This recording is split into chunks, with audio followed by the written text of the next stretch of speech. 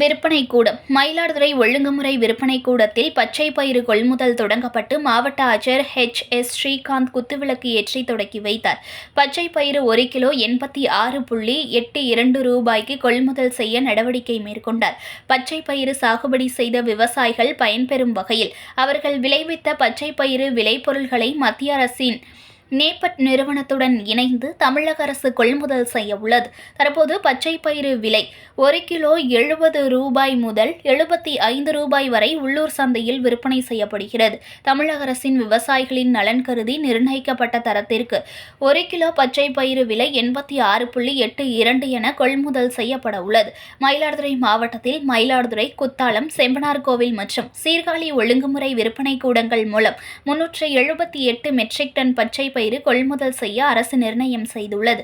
இந்த நிலையில் மயிலாடுதுறை கூரைநாட்டில் உள்ள ஒழுங்குமுறை விற்பனை கூடத்தில் குறைந்தபட்ச ஆதார விலை பச்சை பயிறு கொள்முதல் பணியை மாவட்ட ஆட்சியர் ஸ்ரீகாந்த் குத்துவிளக்கு ஏற்றி தொடங்கி வைத்தார். இதில் வேளாண் துறை இணை இயக்குநர் J. சேகர், வேளாண் வணிகம் மற்றும் விற்பனைத்துறை துணை இயக்குநர் சுப்பையன், மயிலாடுதுறை ஒழுங்குமுறை விற்பனை கூடம் செயலாளர் சந்திரசேகர் ஆகியோர் கலந்து கொண்டனர்.